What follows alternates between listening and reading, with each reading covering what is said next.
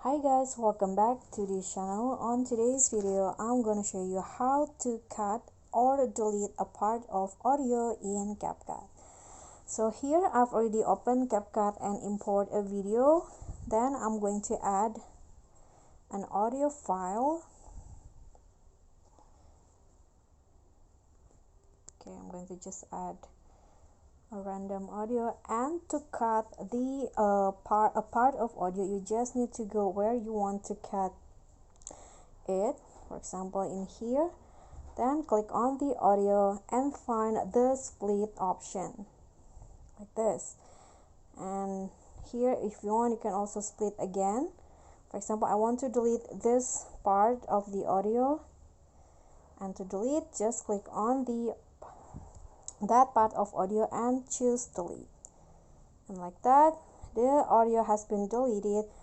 And you can just drag the audio back to make it so there's no space in between the audio, like this.